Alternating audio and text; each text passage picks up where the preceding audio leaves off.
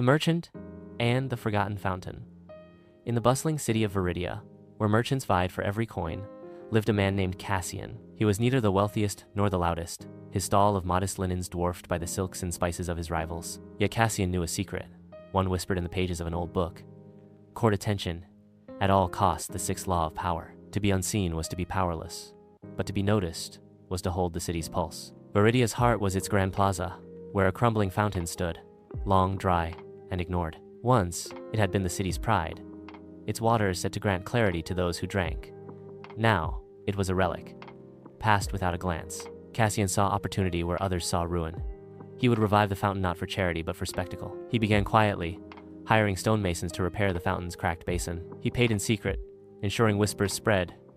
Who restores the old fountain? Next, he commissioned a sculptor to carve a lion's head for the spout, its mane gleaming with inlaid bronze. The plaza buzzed with curiosity, but Cassian stayed silent, letting mystery fan the flames. His rivals scoffed. A waste of coin, said Marcus, the silk merchant, whose gaudy banner screamed for attention. Let him play with stones, sneered Livia, the spice trader, her stall fragrant but forgettable. Cassian ignored them, focusing on his plan. On the eve of the harvest festival, when Viridia swelled with visitors, Cassian struck.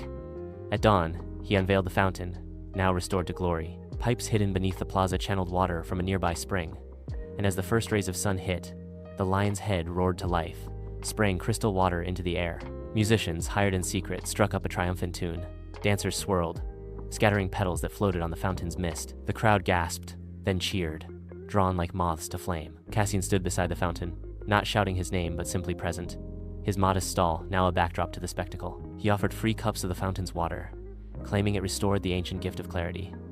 Whether true or not, the people drank deeply, their eyes on him. By noon, his name was on every tongue. Cassian, the man who revived the fountain. Merchants like Marcus and Livia fumed as their stalls stood empty. They tried to compete Marcus with louder banners, Livia with free spice samples, but their efforts felt desperate, overshadowed by Cassian's masterpiece. The fountain wasn't just stone and water. It was a story, a mystery, a moment that Viridia couldn't ignore. Weeks passed, and Cassian's stall thrived. Customers came for linens but left speaking of the fountain, of the man who dared to dream big. His rivals, once dominant, faded into the city's noise, their flash forgotten. Cassian, though, was etched into Viridia's memory not by wealth or boasts, but by a single, unforgettable act. Yet the fountain's true lesson came later. One evening, as Cassian cleaned the lion's head, an old woman approached. "You've won their eyes," she said, her voice sharp. "But what holds them? Spectacle fades unless the heart follows." Cassian paused, the words sinking in. He'd courted attention, but could he keep it? The fountain was a start, but power demanded more consistency, care, a purpose beyond the show. From that day, Cassian tended the fountain as he did his stall, ensuring its waters never failed. He shared its upkeep with the city, inviting children to toss petals, elders to share stories by its edge. The spectacle became a symbol, and Cassian's name grew not just loud, but lasting, moral. Attention is power, won through bold acts that seize the heart and eye. But true influence endures only when spectacle is anchored by substance. Reflect. What do you do to be seen, and what do you offer to be remembered?